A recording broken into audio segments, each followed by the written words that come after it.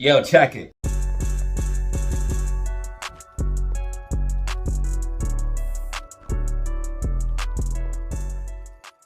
Hey yo, DZ fam, what is up? We're going to be breaking down AMC earnings. I'm going to be breaking down the numbers and a summary of AMC earnings. Also, some of the key points of the AMC earnings call, which I did stream live. So if you want to check that out, you can check out my live stream. I'll link it at the end of the video, and it is on my channel as well if you want to watch the earnings call. But I'm going to be breaking down some of the key points of that as well. Also giving you the charts, facts, and technicals. So everything you need to know as an AMC holder, investor, or trader. We're also going to be looking at GME as well, SPY, Bitcoin, and cryptocurrency in this video. So let's not waste any more time and hop in the charts, facts, data. Let's go. Hey, yo, what is up, fam? You are back for another one. This video is not financial advice, should not be taken as such. Please do your own research and due diligence before buying any stock or crypto asset. With that being said, let's go and hop in the charts, facts, data, showing you what's going on. This is your daily outlook of prediction for stocks and crypto. Please do your own research and due diligence. Do not buy a stock or crypto asset based off of anything you see here. This is my research and due diligence that I'm sharing with all of you. Now, we're going to break down the earnings call, a few key things. He talked about the GO plan, which is, improving the theaters, which is what he's been doing. He talked about how he lowered debt. We also got our earnings report for AMC today as well. But one thing that I took away, one key thing that I took away that I tweeted about, and make sure you follow me on Twitter/X, link down in the comment section description below. That way you can get this information right as it drops. It helps me out as well. But you can see Aron just confirmed that a vote to sell shares will be coming as I expected. He explained that selling shares was needed to raise capital, and then said no more shares will be sold on 2025 unless shareholders vote on it, okay? This means a vote will be coming. Be ready. Remember, I told you guys that he doesn't have very many shares left to sell. Well, that is the truth. He doesn't have very many shares left to sell. He's going to need shareholder approval to sell more, and that's why he's saying this. So any YouTuber saying that he said no more dilution or anything like that, that's a lie. That's not what he said. I have his quote. What I have in quotations is, quote, what he said. So he's going to be asking for a vote that's going to be coming up. It's up to all of you to decide to vote yes or no. But basically, he has used the money smartly. But you have to get yourself in a position. You can't just keep digging the shareholders' value and using them as a piggy bank, because eventually there's going to be nothing left. That's why the price keeps going down. You keep expanding the flow. It's simple supply and demand. The price will continue to go down, and it will also alleviate pressure off of the shorts. So again, this is just the exact opposite of you want. Again, we want fundamentals to improve, but you have to ask yourself at what cost. Eventually, you have to use the share money and then get yourself to a point where you can make other moves, and that's what he should be doing, similar to what GME has done. But he said no more dilution in 2025 until we get a vote. So we did hear that. So, but expecting a vote to be coming up. Okay. Now, also, we did do very, very, very well for Q4 earnings. And I want to point out that AMC has been doing beat after beat. We do have this one miss here for June 2024. But you can see we have this beat here in September. And these are large beats. You can see by 19, 17%. So we are improving fundamentally. We also have the projectors, the seats, the things that he used some of the money to invest in. Also, the debt is being lowered. These are all fundamentals improvements, and we are doing it consistently over time. This is showing that the short thesis is over. A summary of basically of everything. So the EBITDA was more than triple. That's absolutely huge. Q4 results, revenue rising 18.3% year over year. And you can see that attendance was up as well, 20% year over year. This is due to box office hits coming out. We've seen things like Deadpool, Wicked 2. So just things were absolutely insane as far as the box office is concerned. And the box office is getting better, and I think this is going to continue. So I think we are going to see AMC improve fundamentally, and that's going to continue to happen, destroying the short thesis. And this is what big investors care about, smart money cares about, legacy investors care about. They care about these types of numbers and what's really going down here on the balance sheet and as far as fundamentals are concerned. And with these improving, the shorts really don't have any legs to stand on, and this is good for a potential move to the upside and bullishness for AMC. Now, again, if we want to get into the whole squeeze thing, I think that if the market does start to capitulate, we could see AMC be in a very good position. And the fact that all of the apes hold, it could be a very, very good hedge against a potential downturn. Again, this is speculation, but it is something I believe based off of my due diligence. But I told y'all they'll probably short us down during the earnings call. That's exactly what they did. They did drop short shares. You can see right now at time of recording, they're at they're back at 3.9 million, but they dropped down to 3.8 from 3.9 during the earnings call. So they did short during the earnings call 100,000 short shares. There's a gap fill to the upside here on the 5-minute time frame, and we're breaking above sloping support and resistance. So I'm expecting AMC to get a push back to the upside here a little bit into the after hours close. Again, it is on 24-hour trading, so AMC can move the whole time. But basically, when it's all said and done, we'll probably be around the range of $3.36. That's a major level of support and resistance, and there's a gap fill there. I think what we'll do is get a little bit of excitement here pre-market and then probably come down using some of these levels as support down below 336, maybe 328 or 336 itself, and then get a bounce to the upside. But I think this is bullish overall. And if we do get a bounce to the upside and continue to the upside, AMC setting up for a potential massive inverse head and shoulders. We have this very symmetrical inverse head and shoulders possibly in play. Right here's your shoulder, right here's your head, right here's your shoulder. If we start moving to the upside, this inverse head and shoulders could see us blast off. We would need to see AMC get back above 363, though, to fully complete the inverse head and shoulders and see us make a huge move. But we were already just there. So if we get a bounce on this key level of 320 and then continue up like we are, because we had this good positive earnings, we could see this inverse head and shoulders play out, which could lead to the macro double bottom playing out, which could be absolutely huge. Again, this is looking to the future. This is looking in the macro. This is going to take a long time. This is going to take a couple weeks. But I'm showing you guys macro what I'm potentially looking at if we can get this smaller inverse head and shoulders to play out. So you can see this huge double bottom. Last time we were oversold like we were just a little bit ago, because you look on the weekly time frame here, for AMC, we got way oversold. You can see that we were oversold here. Same thing happened here before we had this huge push to the upside. And it's no coincidence that we might be making a huge double bottom. We could potentially see a big push to the upside. But that all depends if we can get above $6, and that's later down the road. But again, I don't want to get people too hyped up, but this is a potentiality for AMC stock that we could get a push to the upside. And this from the bottom here, if anyone has an average down here or a bought down here, would be a huge 250% move. So this is a potentiality, and we could see even more upside again, of course, because we have the weekly gap fills and stuff like that, but that's later down the road.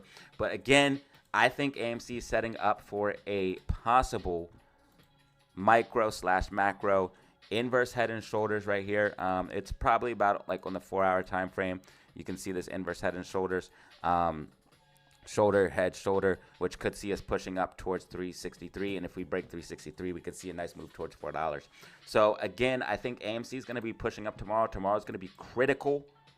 Absolutely critical. We have this gap fill to the upside. I want to see AMC move back towards 350, 360. If we do, it is on and popping for AMC, and I think we are going to see AMC start to move up this week, in my personal opinion. And if it happens in conjunction with the market pulling back, things could get juicy fast. Now, again, as far as short shares available to short, they have 3.9 million for AMC. As far as GameStop, they have 2.8 million. They have plenty of short shares. We do have some economic data drops coming about on Thursday, so that's not going to affect us till later. But things could start heating up here for AMC and the market. So that's what I'm looking at for AMC. I'm going to go ahead and move into GME and show you what's going on for GME. Again, AMC, we want to see hold at least 328, 320, 325. We also have support here. But what I'm thinking, we'll probably get a bounce a little under 336 and then push up. you'll probably see a little bit of excitement pre-market, and then we'll start moving towards possibly 343. AMC up 1.25% here in after hours at time of recording. I think that could be a little bit more when it's all said and done when we move into after hours close. GameStop came down and filled the gap. So GameStop came down and filled the gap. I told y'all this was going to be happening.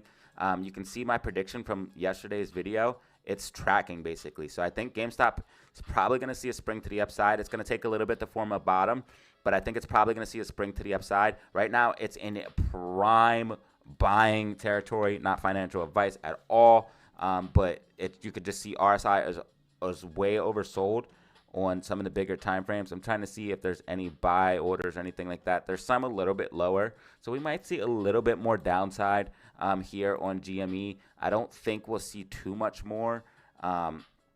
Based off of my analysis, we'll probably see a bounce. I want to watch each key level. If we did lose $24, you could see a move down towards like $23.50, but I don't think that's going to be the case. We'll probably see a little bit of upside tomorrow, especially if AMC can pick up, but we'll probably see GME consolidate and then start to move up. I'm expecting a spring to the upside since we came down and filled the gap. You can see RSI was oversold here on the 4-hour time frame. We started moving up a little bit. So we want to see if we can just hold the key level of 24.45. If we can hold that level, then that means we can continue to the upside. I'm actually going to mark that as a gold because we need to hold that level to have the continuation to the upside that we are looking for. I'm thinking we might have to consolidate around this 24.50 range before pushing up. But I think GME is in a bottoming section where you're going to see GME start to move up. Basically, GME had rallied all the way up to this 34.40 level. And I think we're making a bottom, and then we're going to start moving to the upside, especially with the bullish catalyst. Like if GME bought BTC, especially with BTC pulling back, you could actually get in at the low. Potential double bottom forming, bottom 1, maybe bottom 2 if we can hold these key levels. We did have this head and shoulders right here that I talked about in yesterday's video. Right here's your head or your shoulder, your head and your shoulder that took us down. I told y'all we're definitely filling the gap in yesterday's video. That's exactly what happened today. So make sure you like and subscribe for accurate TA if you want to know what's going to be happening. But I think we're going to be bottoming around these ranges here, not going much lower than 23, 24. If we did see more downside, maybe $23, but then you would see a spring to the upside. RSI would be very oversold. And then I think we are forming a bottom where GME will eventually break this 34.40 and make a new high. GME is breaking out of a macro falling wedge, and I am very, very bullish on GME, and the fundamentals for GME are also improving. Again, they just talked about possibly getting cryptocurrency, which caused a huge rally just off of speculation alone. You can see this big move up to 31.66. So again, anything can cause this stock to pop off, and if the market crashed, I believe GME and AMC, due to margin calls and liquidity issues, would see a push to the upside. In my personal opinion, again, we've seen stocks like Volkswagen squeeze during the overall 2008 SPY crash, which I show you guys all the time. 2008 SPY chart. This happened in October. You can see that we had absolute capitulation to the downside. That's when Volkswagen squeezed. But, you know, before VW squeezed, it did capitulate to the downside, but then it absolutely squeezed. This all happened in October 2008. So again, I think AMC and GME could do something similar. I'm not saying they're the same stock or the squeeze mechanics are the same. I'm just saying based off of how things are now, I think something similar could happen for AMC and GME and maybe other shorted stocks as well. And short squeezes do happen in bear markets. I mean, that's very, very typical thing to see. So this is what I'm looking at for AMC and GME. Those are the numbers. AMC breakdown earnings. Hopefully you found it informative.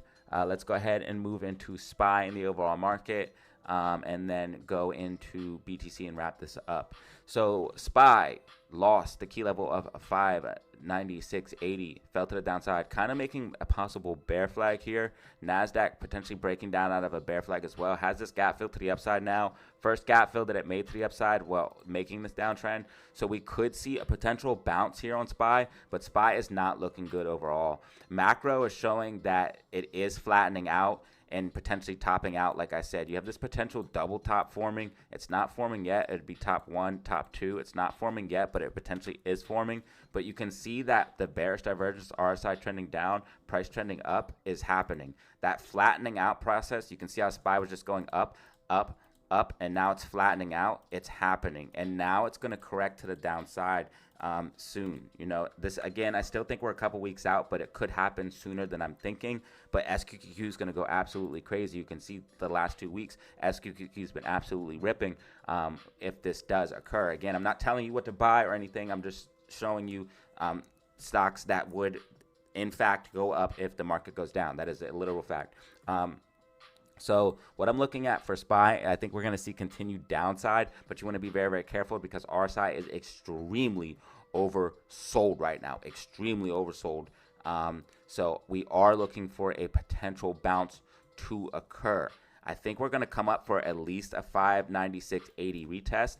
Tomorrow would be a good time for some recovery because we're about to get GDP coming out on Thursday. And I think if GDP does come out as low as they're thinking it is, showing that the economy is indeed contracting while inflation is increasing and unemployment is remaining stagnantly high, this is all signs of stagflation, and it will show that the macroeconomics is playing out as I projected, that we would be moving into a depressionary, recessionary time. I'm not trying to scare anyone. I'm just saying what I was looking at based off my analysis. And all of this stuff is starting to come to a head. And all of this data is starting to back up that narrative. So again, if we do get that on Thursday, that could cause some dumpage. So we could probably see some recovery and then more downside, but I think we're going to see an overall red week here for SPY. Key level that you want to watch here is that 596.80. I think we're going to be coming up for a retest of that. So watch for that. And if you break above that, then that would be confirming, yes, we are going to have a little bit of a recovery rally, but I think that would be met by more downside. We're in a very, very powerful downtrend right now on SPY. If you go ahead and look at things like the alligator, full downtrend, spread very far apart, a lot of momentum. The only thing that's bothering me about like opening crazy more short positions is the RSI is so low. We're definitely getting close to a bounce and expecting a bounce. Daily time frame, we still have some room to run to the downside and this gap fill. So again, we can easily very, very continue down. If SPY were to lose the key level of 591.09, it will dump down to it around 584, 585. There's that huge gap fill down there on that daily time frame. So again, we have plenty of room to run to the downside for SPY, and I think we are topping out. Again, people laughed at me when I said about key stocks like NVIDIA pulling back. NVIDIA is topped out around the time that I said, especially when all of those insiders took profits. I don't know why that wasn't a clear signal that it was time to get out. But we have this rising wedge breakdown. NVIDIA also has the bearish divergence on the weekly time frame. RSI is trending down as price trends up, so is volume. So again, I think NVIDIA is going to come down. It has this gap fill in the daily time frame, and key stocks like NVIDIA are what's holding up the market because of the AI bubble. And when the AI bubble pops and NVIDIA comes down, it's going to take the market with it. Again, they've been literally trying to hold Apple up because they don't want on a full-on capitulation crash. But Apple has gap fills to the downside as well, and those gaps will get filled. So again, when Apple pulls back, NVIDIA pulls back, these key stocks that have been holding out the market pull back, which has basically been the Mag 7, it's going to cause the indexes, SPY and NASDAQ, to absolutely crash. So this is what I'm looking at for SPY on the macro and micro. Hopefully you found the video informative. Let's go ahead and move in to Bitcoin and crypto. Make sure you guys hit that like button and subscribe as well. So Bitcoin did break below 91.6K, and we did get that potential flush. Okay, I told you guys if we broke below that, you would see a flush. Right now, oversold, getting a bounce. That's good, but we could see more downside. Okay, we could see more downside, but right now it's a fire sale. It's a literally fire sale. Bitcoin rainbow chart. Again, I showed you guys in this scenario, if we move back, it's going into literal fire sale territory. If it does go any lower, I will be buying. If I see Bitcoin go under 80K, I'm going to be buying because remember, BlackRock got in around 49K. Let's think about that. It's not going to go underneath 49K. It's not, okay? That's just what I believe. Why would BlackRock lose money on their investment? Maybe dip it down quickly so they could buy some more up, but it's going to make a new high over 109. We've seen pullbacks on BTC, and then what does it do? it makes new highs. We've seen a pullback here and made a new high. We've seen a pullback here and made a new high. Pullback here and made a new high. Okay, we've seen pullbacks before in BTC. It always makes a new high. Buying and holding BTC is what I do. BTC, I'm in for the long term, and I think that if I did see a dip, I'm going to be buying, in my personal opinion. But you know, as far as what we could see on the short term, just so everyone, you know, can do what they need to do. Again, do not base your opinions or make moves off of this. I'm just showing you my analysis, but we could see some more downside here in the short term. Again, if we go under 80K, that's an absolute buy. Right now, it even seems like a great buy, but until we get back above 91.6K, this is bearish. Okay, if we can get it back above 91.6K, then that could potentially be bullish. But again, because Bitcoin dominance is so strong, your altcoins are going to follow. Right now, you are seeing altcoins come back a little bit because Bitcoin's getting a bounce. So, but altcoins did bleed extremely hard. If we go ahead and just look at the chart for the daily and the weekly, you can see that altcoins been bleeding hard. We had some of these new coins come out, which did okay. But on the weekly, you can see coins are down significantly, and then on the daily, they're starting to come back a little bit now on the daily as well. But a lot of the coins are down as well. So again, when Bitcoin bleeds, altcoins are going to bleed. When Bitcoin pumps, altcoins are going to pump. So as far as any technical analysis on in particular coins, I'll quickly look at Ethereum. Ethereum's still in this overall accumulation. If you broke down, there is a gap fill here in the weekly time frame. You can see a big breakdown. Maybe that it could be a crypto flush that we could see out, but I would expect a sharp bounce back to the upside. If the market crashes, I would expect Bitcoin to be sold as liquidity, other assets to be sold as in fear, but I would expect a sharp recovery because crypto is different. I believe Bitcoin in particular is different, and it's going to be looked as new gold, especially with the ETFs. And I don't think it's going anywhere. I think it's going to continue to go up, and I'm going to be holding for the long term, in my personal opinion, especially as more and more companies start to invest. Like again, GameStop potentially investing, MicroStrategies, Sailors company investing. So I'm very, very bullish on BTC and cryptocurrency. And I'm going to continue holding. So this is what I'm looking at for the daily outlook and prediction. If you made it this far, I appreciate you. It was a longer video than I thought. I appreciate you if you made it this far. If you want to check out the merch store, you can.